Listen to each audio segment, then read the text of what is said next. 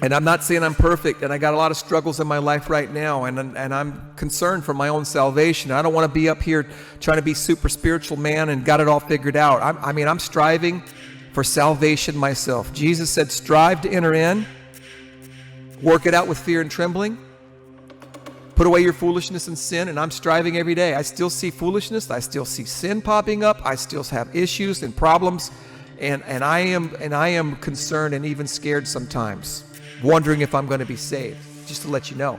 Because I don't want to pretend. I don't want to sit there and make things sound like ice cream and cake when there's some serious issues going on here and that we have got to take seriously. We cannot try to enter into the kingdom of heaven like it's some kind of a circus or picnic trip. It is a life or death issue. It is a very serious and eternal issue here. And we have to understand the mark of the beast in this age.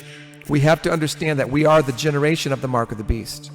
Okay? And this is on our doorstep, and it's a reality that we cannot ignore. We cannot ignore it. We can't go back to sleep. We can't wake up from this. This is here. It's here to stay. It's not going anywhere. In fact, the nightmare is going to get more intense. Okay?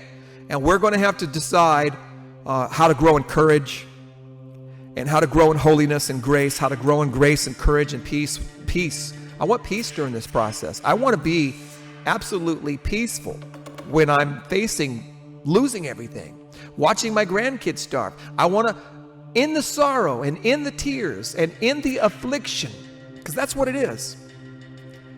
God's not going to keep us from these things, but He'll be there with us, and we can have security and we can have peace.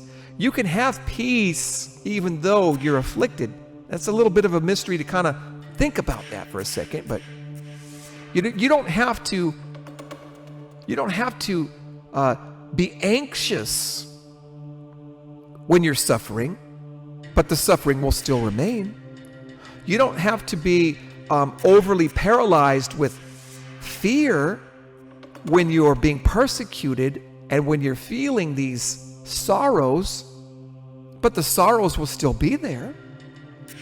Having the joy of the Lord is something that's hard to explain when you're feeling such great sorrows and afflictions at the same time, but it's some kind of reality that we can still have. I want to feel the joy of the Lord. I want to feel the peace of God. I want to have the grace and security of eternity, even though there's inescapable horrors that we're going to face in this generation. We have to figure that out.